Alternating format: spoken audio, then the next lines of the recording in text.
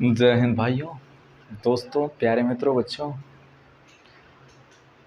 आज हम लोग डिस्कस करने वाले हैं विजयनगर साम्राज्य पे, जो कि इससे पहले एक लेक्चर हो चुका है।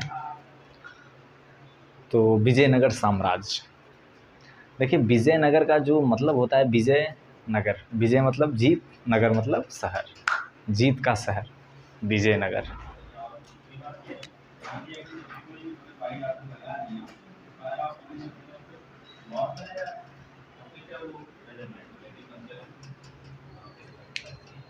तो विजयनगर पे हम पिछली कक्षाओं में हमने बताया था विजयनगर के बारे में, कौन कौन से वंश इस पे राज किए थे, कौन कौन से वंश इस पे राज किए थे। तो इसके बारे में एक छोटा सा ट्रिक है, वो जान लेते हैं। मतलब कौन कौन से राज किए थे, जैसे हमने तुगलक बारे में बताया था, दिल्ली सल्तनत काल में कौन कौन से वंश ने राज किया था, किस प्रकार। तो उस प्रकार एक ट्रिक यहाँ भी है, उसको छोटा सा है, बहुत छोटा। तो यहाँ लिख दीजिए भैया ट्रिक, संगम सतुआ। देखिए, है एकदम पूरा माटी से रिलेटेड है, एकदम पूरा देसी ट्रिक है, देसी ट्रिक। संगम से हो गया संगम वंश,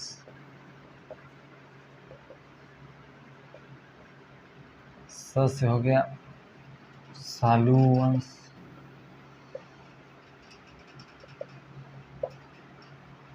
तू से या तुलू वंश, आ से हो गया आरवीडू वंश। देखो, एक छोटा सा ये ट्रिक है आपका, संगम सतुआ। संगम सतुआ, सतुआ क्या होता है, ये गांव में लोग खाते हैं जनरली, काफ़ी अच्छा होता है। हमारे बिहार का, उत्तर प्रदेश का बहुत ही फेमस डिश है। तो संगम सतुआ, संगम सतुआ, संगम से हो गया आपका संगम वंश, स से हो गया सालू वंश, तू से हो गया तुलू वंश, और उसके बाद आ से हो गया आरवीडू वंश। कौन सा वंश? आरवीडू वंश। तो ये एक छोटा सा ट्रिक है, उम्मीद करते हैं आपको अच्छा लगा होगा।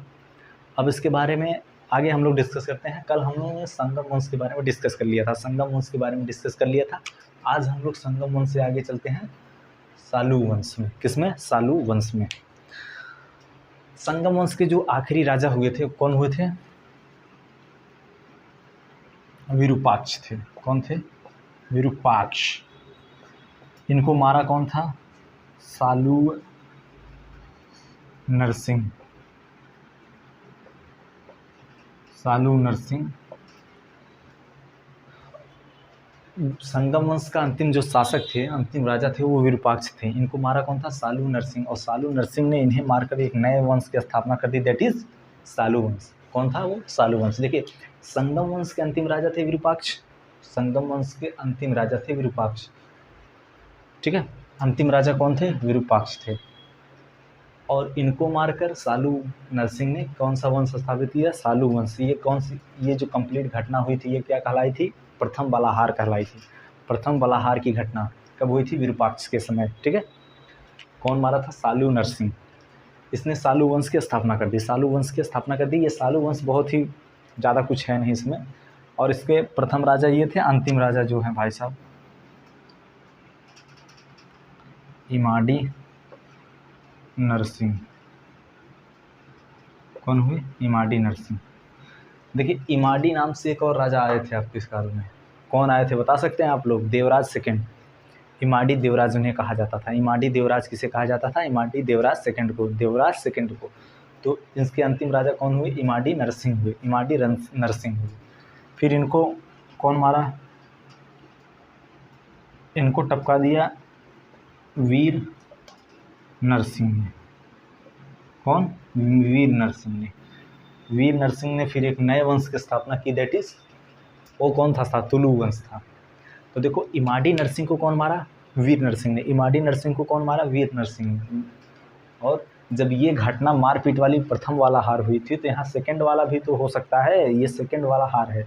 प्रथम वाला हार विरूपाक्ष के समय हुआ था। कौन मारा था? सालू नरसिंह। सेकंड वाला हार इमाडी नरसिंह के समय हुआ था। कौन मारा था? वीर नरसिंह ने। वीर नरसिंह ने एक नए वंश की स्थापना की थी। वो कौन सा था? तुलु वंश। वो कौन सा था? तुलु वंश। तो संगम वंश देखा, सालू वंश देखा, अब तुलु वंश देखते हैं। तो देखिए सबसे योग्य जो वंश था विजयनगर साम्राज्य में वो कौन सा था? सबसे योग्य वंश कौन था? तुलु वंश था। सबसे योग्य वंश तुलु वंश था। इसके एक राजा थे कृष्ण प्रताप देव, कृष्ण प्रताप देव, कृष्णदेव प्रताप या कृष्णदेव प्रताप जो राजा थे वो सबसे प्रतापी राजा थे। और फिर उसके बाद तुलु वंश, और उससे प्रतापी राजा कोई हुआ नहीं इस वंश में।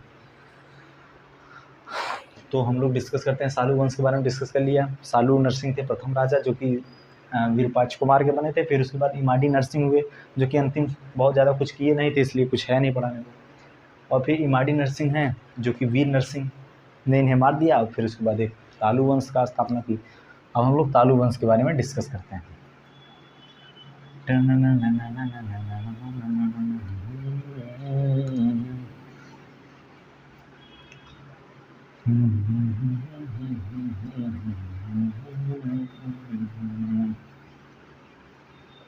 मिटा दो।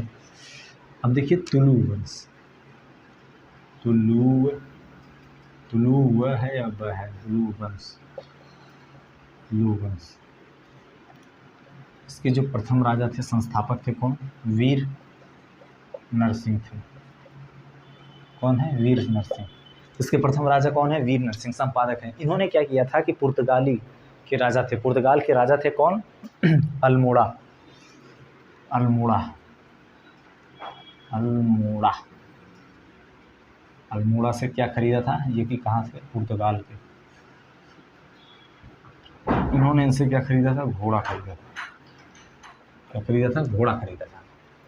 तो बस वीर नरसिंह भाई साहब क्या किए थे? ये तुलु वंश की स्थापना की थी। इस घटना को इन्होंने सेकंड वाला हार दिया था जब इन्होंने मारा था इमाडी नरसिंह को।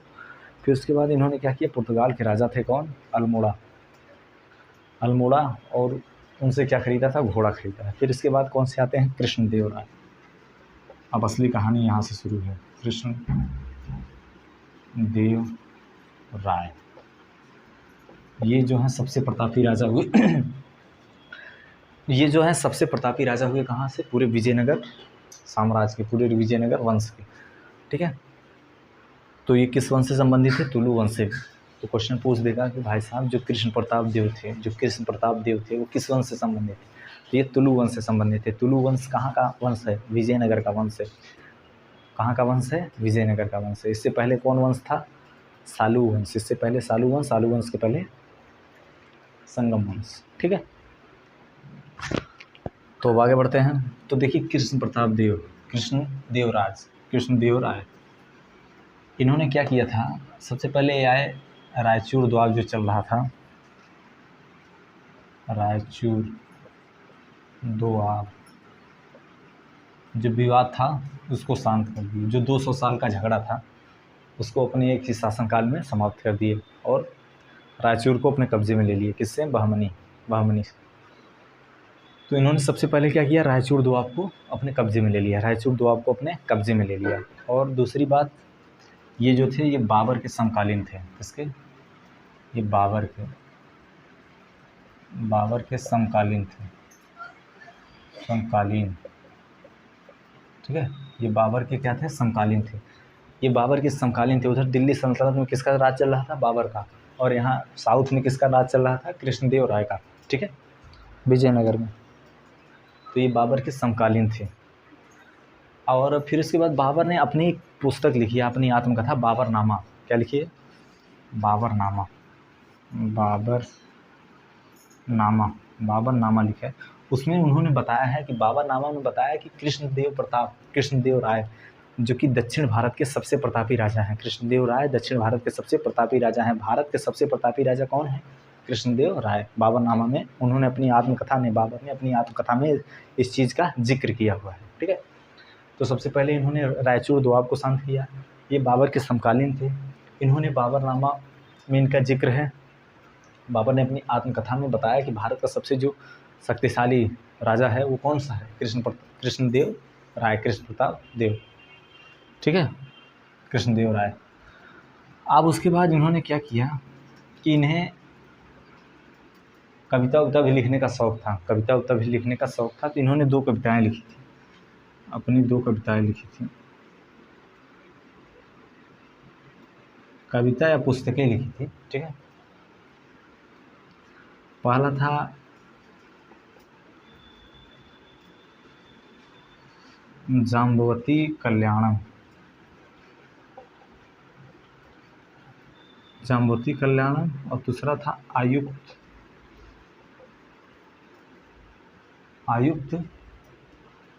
माल्यादम,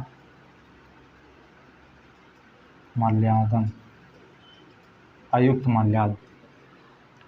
पहला था आयुक्त माल्याद। पहला था, इन्होंने कृष्णदेव राय ने 2 पुस्तकें लिखी थी। कृष्णदेव राय ने 2 पुस्तकें लिखी थी, आयुक्त माल्याद, और दूसरी कौन सी थी, जम्बवती कल्याणम,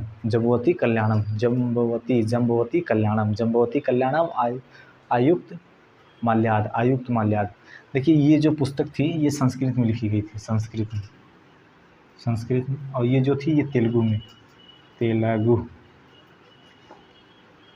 उस समय इन सब की जो लैंग्वेज हुआ करती थी वो तेलुगु हुआ करती थी, ये बात जानिएगा। उस समय इनकी जो राष्ट्रभाषा थी तेलुगु थी। राजधानी कहाँ थी, हम्पी थी। किस नदी के किनारे थी, तुंगभद्रा किसकी सहायक नदी है, कृष्णा नदी, ठीक है। तो सब जानते रहिएगा। तो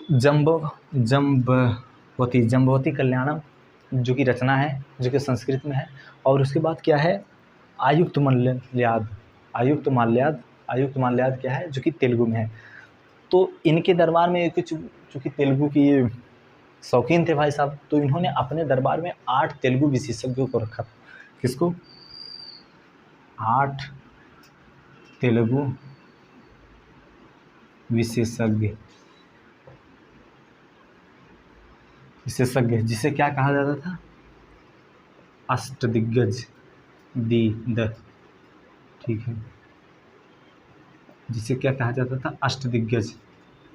ये क्वेश्चन पूछ देगा कि किसके दरबार में अष्टदिग्गजों की व्यवस्था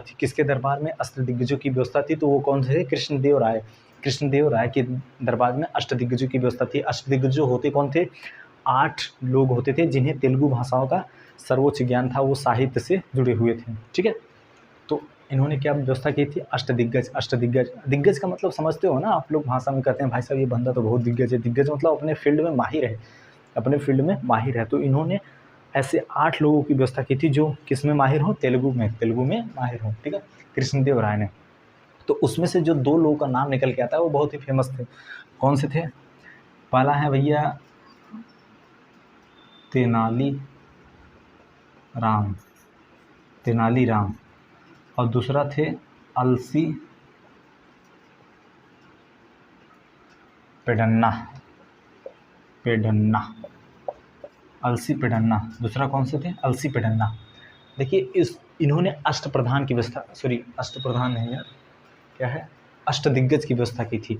देखिए आगे अभी मराठा वाले में चलोगे और में, तो ये अष्ट का दिग्गज, मतलब इन चीज़ का दिग्गज आएगा कि वहाँ भी 8 की व्यवस्था थी। जैसे अकबर के दरबार में 9 रत्न की व्यवस्था थी, तो ऐसे इनके दरबार में 8 दिग्गजों की व्यवस्था थी। ये क्वेश्चन पूछता है, ठीक है। तो उसमें से 8 दिग्गज में इसके सबसे ज़्यादा फेमस कौन थे, तेनालीराम। कौन से थे, तेनालीराम थे, और अलसी पेडन्ना थे। अलसी पेडन्ना को क्या कहा जाता था, इनको कहा जाता था तेलुगु का पितामह कहा जाता था। क्या कहा जाता था, तेलुगु का पितामह कहा जाता था। और फिर उसके बाद इन्होंने तेनालीराम ने एक पुस्तक लिखी थी, कौन सी लिखी थी, पांडुरंग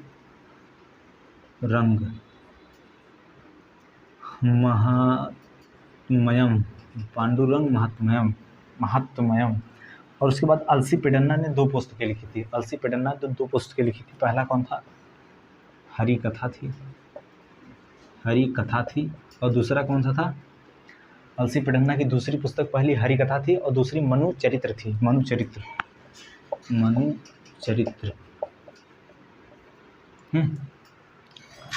तो देख रहे हो भाई साहब, इतने काम किया है इस बंदे ने, तो इसलिए इसको सबसे योग्य शासक कहा गया था। सबसे योग्य शासक किसे कहा गया था, कृष्णदेव राय को। कौन से वंश का, तुलु वंश कहाँ चलता था, विजयनगर साम्राज्य में किसके समय अलग हुआ था, मोहम्मद बिन तुगलक के समय। इसकी राजधानी कहाँ है, इसकी राजधानी हम्पी है, ठीक है। तो अब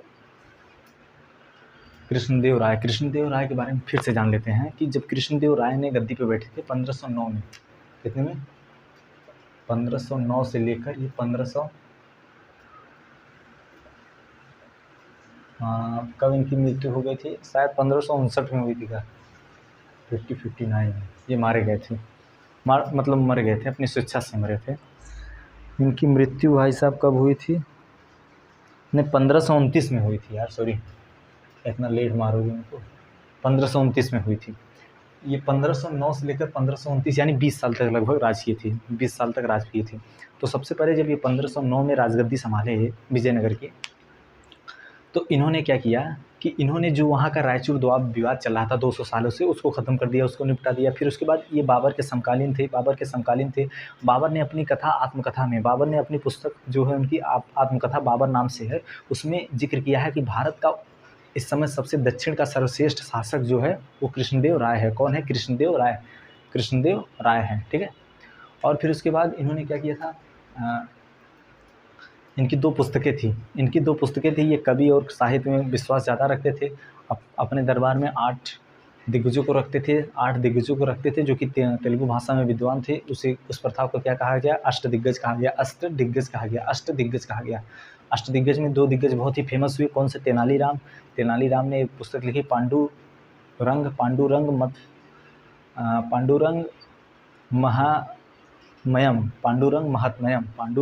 महात्म्यम, और दूसरा कौन था, दूसरा था आलसी पेडन्ना ने भी 2 पुस्तक लिखी थी, पहली थी हरिकथा और दूसरी कौन थी, ये मनुचरित्र, दूसरी मनुचरित्र थी, ठीक है। और उसके बाद इनकी खुद 2 पुस्तकें थी, पहला थी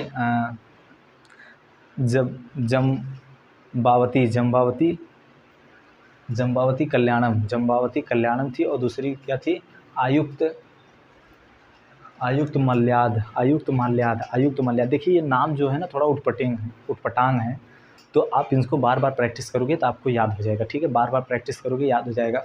देखो हमें क्या है ना, लिखने में दिक्कत नहीं होता है, नाम लिखना है लिख देते हैं, बट उससे बोलने में जो इनका प्रोनाउंसिएशन है वो थोड़ा क्रिटिकल है, इसलिए थोड़ा मतलब आप लोग फीलिंग समझ जाइए बस, बाकी बहुत है। अगर आप एक बार इसे देखे हुए हैं, एक बार इसे पढ़े हुए हैं, तो इतना श्योर है कि अगर आप 4 ऑप्शन में से एक ऑप्शन ये देखेंगे तो आप तुरंत मार देंगे, हाँ भाई साहब यही वाला है, ठीक है। तो इतना तो प्रैक्टिस कर ही लीजिए। तो इतना हो गया। अब ये क्या थे, कृष्णदेव राय थे, इन्होंने जगह पे इतना पुस्तकें हुई थी, ये हुआ था, और कुछ इन्होंने किया था, और इन्होंने भाई साहब कुछ किए थे, एक मिनट,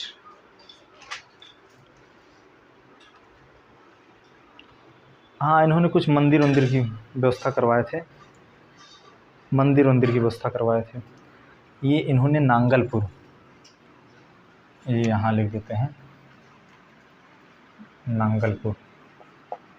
नांगलपुर नगर की स्थापना की थी, और फिर उसके बाद हजारी, और उसके बाद विट्ठल स्वामी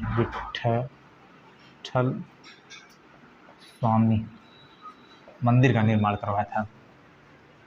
नागलपुर शहर का हजारी और विट्ठल स्वामी मंदिर का निर्माण कराया था, ठीक है।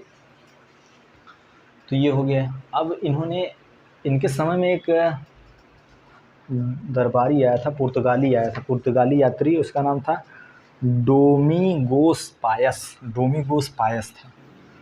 कौन था भाई साहब, डोमिगोस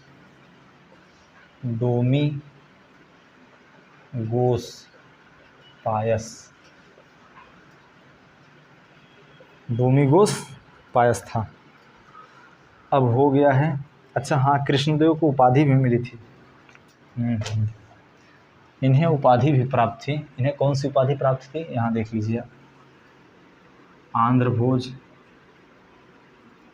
भोज की उपाधि प्राप्त थी, अभिनव भोज, और उसके बाद आंध्र पितामह की उपाधि प्राप्त थी, आंध्र पितामह, ठीक है। तो ये रहा जो पूरा, आप इसका एक बढ़िया से स्क्रीनशॉट ले लीजिए अगर आपको दिक्कत है तो। कृष्णदेव प्रताप के बारे में ये पूरी कंप्लीट इन्फॉर्मेशन, ये पूरी कंप्लीट इन्फॉर्मेशन है। उम्मीद करते हैं अगर आप इतना पढ़ लेंगे, इतना रट लेंगे, इतना तैयार कर लेंगे, इतने की प्रैक्टिस कर लेंगे तो एग्ज़ाम में क्वेश्चन इससे बाहर नहीं आने वाला है, नहीं आने वाला है, नहीं आने वाला है। ठीक है, तो एक बार फिर से देख लेते हैं कृष्ण प्रताप राय को, एक बार फिर से देख लेते हैं कृष्ण प्रताप राय को। कृष्ण प्रताप राय कहाँ के थे? विजयनगर साम्राज्य के राजा थे। 1509 में इन्होंने गद्दी पर बैठा, 1529 में इनकी मृत्यु हो गई। 20 साल तक इन्होंने राज किया। अपने शासनकाल के दौरान इन्होंने सर्वप्रथम रायचूर द्वार को, जो कि 200 साल से झगड़ा चल रहा था, उसको निपटाया था। फिर उसके बाद ये बाबर के समकालीन थे। बाबर ने अपनी बाबरनामा में इनका जिक्र किया है। फिर उसके बाद इन्होंने इनको तेलुगु का मतलब शौक़ था, ये साहित्य वाहित्य में विश्वास रखते थे। इन्होंने अपने शासनकाल में 8 दिग्गजों की व्यवस्था की थी जिसे अष्टप्रधान कहा जाता था। उसमें 2 लोग बहुत ही फेमस थे। पहला तेनालीराम थे, उन्होंने पांडुरंग महात्म्यम नामक एक पुस्तक लिखी थी। उसके बाद कौन से अलसी पेडंगा थे। अलसी पेडंगा ने 2 पुस्तक लिखी थी, पहली हरिकथा लिखी थी, दूसरी मनुचरित्र लिखी थी। फिर इसके बाद इन्होंने कृष्ण प्रताप देव राय ने खुद 2 पुस्तकें लिखी थी। पहला थी कि जम्बवती कल्याणम थी, दूसरी क्या थी? आयुक्त माल्याद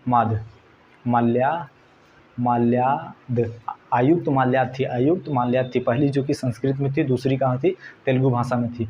और ये जो इनके थे, कौन से थे?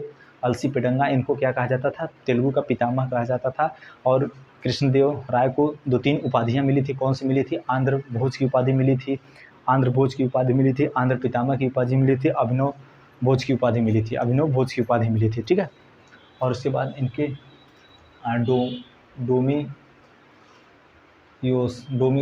डोमिगोस पायस जो कि कहाँ का था? पुर्तगाली था। डोमिगोस कहाँ का था? पुर्तगाली था। देखो, इनसे पहले जो राजा हुए थे उन्होंने क्या करता था? घोड़ा खरीदा था पुर्तगाल से। ठीक है, तो इनसे भी अच्छे संबंध थे। पुर्तगाली यात्री का था डोमिगोस पायस इनके समय में आया था। और उससे पहले कौन आया था? डोमिगोस पायस से पहले आए थे कौन से? अब्दुल रज्जाक आए थे। मतला ए शाहीन पुस्तक लिखी थी। उससे पहले कौन आया था? उससे पहले आया था निकोलो कांटी आए थे। निकोलो कांटी बुक्का प्रथम के समय में आए थे।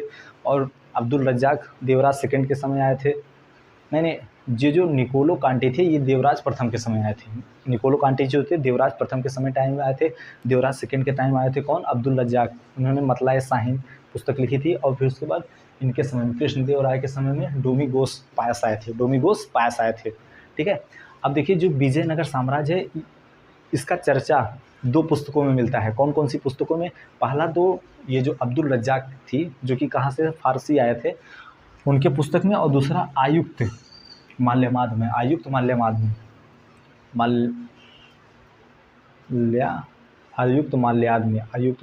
और दूसरा मतला ए शाहीन। विजयनगर साम्राज्य की पूरी जो विस्तृत जानकारी मिलती है इन्हीं 2 पुस्तकों से मिलती है। ठीक है, अब देखिए कृष्णदेव राय थे, इनके बाद जो राजा आए वो सब बहुत विशेष राजा नहीं थे, अयोग्य राजा थे। क्या थे? बहुत कुछ उन्होंने नहीं किया। फिर उसके बाद इस वंश का अंतिम हो गया। अब इसके बाद इनके जो बाद राजा आए थे वो कौन थे भाई?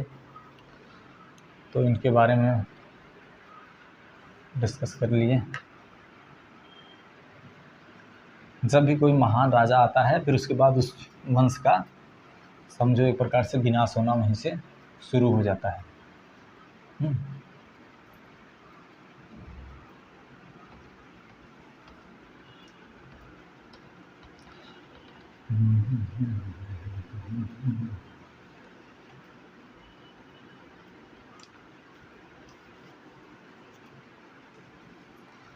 तो जब इनकी मृत्यु हो गई भाई साहब, कृष्ण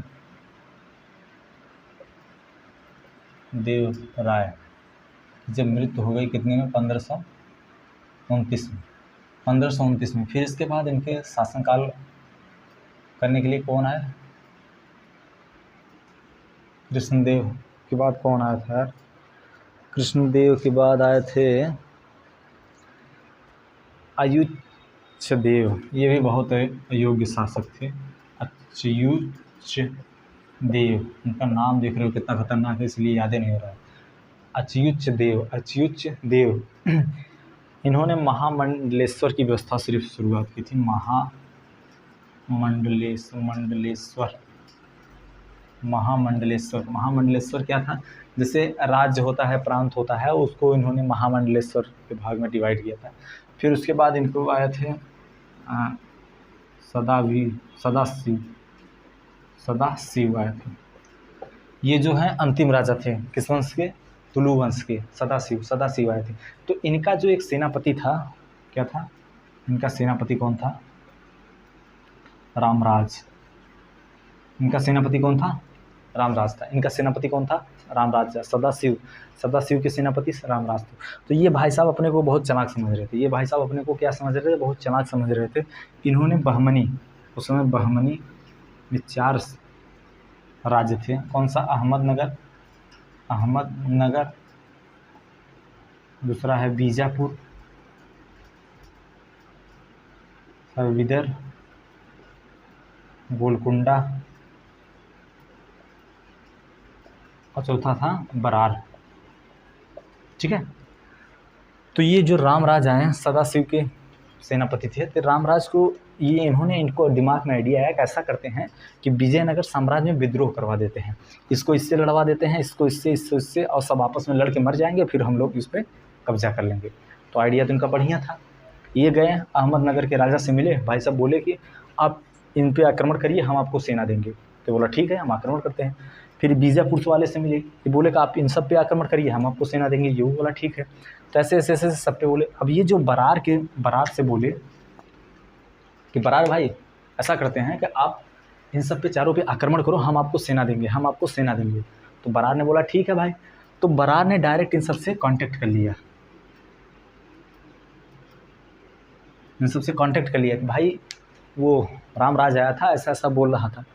तो देखो कितनी अच्छी बात है कि जब दो लोगों के बीच में कोई तीसरा आता है, तो उन दो लोगों को, तीसरे को नहीं लाना चाहिए, बीच में आपस में समझ लेना चाहिए, समझौता कर लेना चाहिए, जो कि इसने किया। अगर इसके हिसाब से चलते तो विद्रोह हो जाता। तो भाई साहब अगर दो लोग आपस में लड़ोगे, तीसरा उसका फ़ायदा उठाएगा, दो लोग आपस में लड़ोगे, तीसरा उसका फ़ायदा उठाएगा। अगर दो लोगों के बीच में अंडरस्टैंडिंग नहीं है, उसको सामने बुलाओ और बैठ के बात करो, उससे बैठ के बात करो, आमने सामने बात करो, ठीक है। वो बढ़िया रहेगा एज़ कम्पेयर टू तीसरे के माध्यम से। आप उससे कुछ कहोगे, वो सुनेगा, वो आप अपने अकॉर्डिंग उसको बताएगा। इससे क्या होती है, आग लगती है, ठीक है। तो बरार ने कहा कि भाई साहब ऐसा ऐसा बात है। सब लोगों ने बोला यार ये तो पॉलिटिक्स कर गया। तो फिर ये चारों मिल गए, चारों मिल गए और इनके खिलाफ युद्ध छेड़ दिए। किसके खिलाफ, रामराज को। तो रामराज के खिलाफ जो युद्ध हुआ 1565 में, जो कि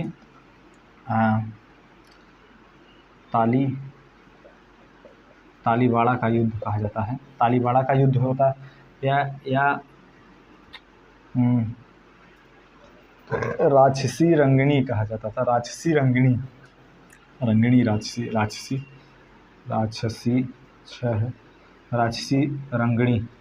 का युद्ध कहा जाता था, या बन्नी हट्टी का युद्ध कहा जाता है। इसे बन्नी हट्टी का युद्ध कहा जाता है। तो 1565 में जो युद्ध हुआ, 1565 में जो युद्ध हुआ वो से तालीबाड़ा का युद्ध हुआ। वो किसके सेनापति के, सदाशिव के सेनापति से हुआ। वो कौन था, रामराज था। और इधर से अहमदनगर, बीजापुर, विदर, गोलकुंडा से अगुवाई कौन कर रहा था, आलम अब्दुल खान ऐसे कुछ करके था, नाम अभी रिकॉल नहीं कर पा रहे हैं, ठीक है। तो इन सब चारों ने मिलकर इनसे आक्रमण कर दिया। कौन से, तालीबाड़ा के युद्ध में पूछेगा, या राक्षस रंगड़ी के युद्ध में पूछेगा, या उसके बाद बन्नी हट्टी के युद्ध में। ये तीनों एक ही युद्ध हैं, 1565 में हुए। 1565 में हुए किसके बीच में, रामराज के बीच में और शाह आलम। रुकिए 1 मिनट बताते हैं आपको, वो कौन था भाई साहब, अली आदिल शाह कौन था। इधर से जो नेतृत्व कर रहा था, आदिल शाह। तो अली आदिल शाह इन चारों की तरफ से नेतृत्व कर रहा था। इधर से रामराज थे। तो भाई जाहिर सी बात है, ये 4 हैं, ये 1 है, तो रामराज तो चले गए बेचारे।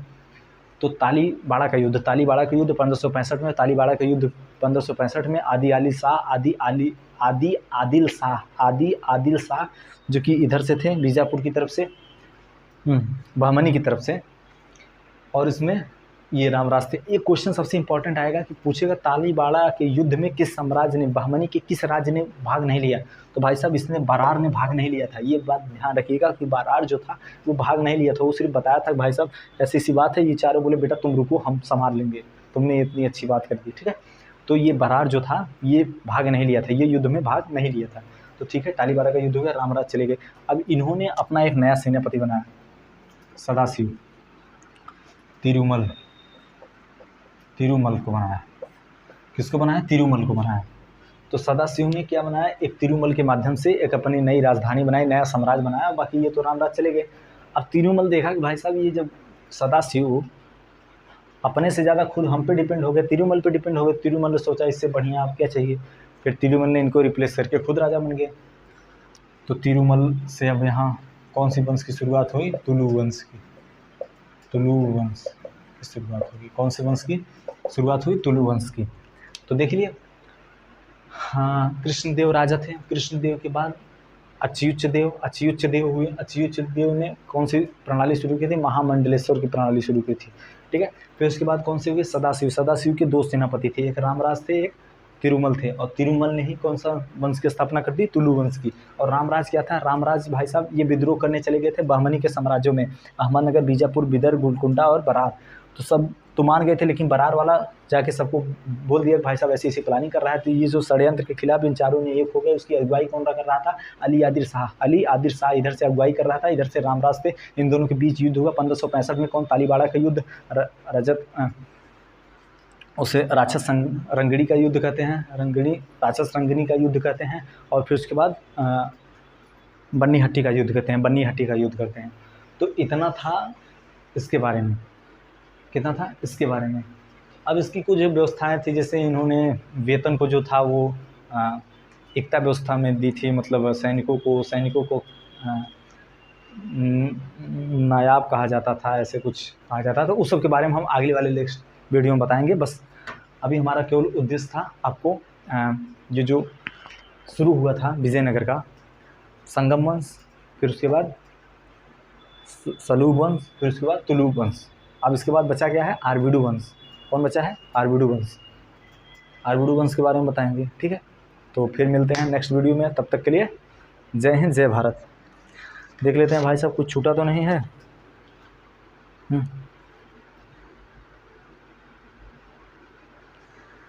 इसमें देख लो आरवीडू वंश में भी कुछ ज़्यादा है नहीं।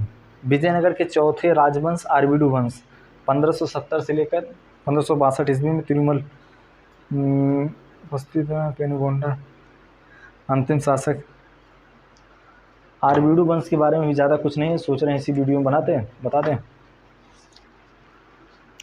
देखिए इसका आरवीडू वंश में सिर्फ इतना जानते रहिए कि इसका जो प्रथम संस्थापक थे वो कौन से थे? तिरुमल थे। तिरुमल संस्थापक तिरुमल थे। अगला सेनापति, अरे यार सॉरी यार, यहाँ बहुत बड़ी मिस्टेक हो गई भाई साहब। अभी जो हम लोग पढ़ रहे हैं वो तुलु वंश के बारे में ही पढ़ रहे हैं, तुलु वंश के बारे में ही पढ़ रहे हैं। अब जो इन्होंने तिरुमल ने बनाया था ये कौन सा बनाया था? आरवीडू वंश बनाया था। आरवीडू वंश बनाया था। आरवीडू वंश बनाया था। सॉरी भाई साहब, इसको थोड़ा इरेज कर लीजिएगा, इसके लिए क्षमा चाहते हैं। तो ठीक है। तो सदाशिव के दूसरे सेनापति जो थे तिरुमल ने सदाशिव को हटाकर एक नए वंश की स्थापना की थी, आरवीडू वंश की। तो आरवीडू वंश में सिर्फ दो ही क्वेश्चन इंपॉर्टेंट। अंतिम शासक था जो कि रंगा तीर्थी, और उसके बाद इसका अंतिम शासक जो था वो रंगा थर्ड था। इसको शिवाजी ने अपने साम्राज्य में मिला लिया था। शिवाजी ने इसकी हत्या करके अपने साम्राज्य में मिला लिया था। बस ये था आरवीडू वंश।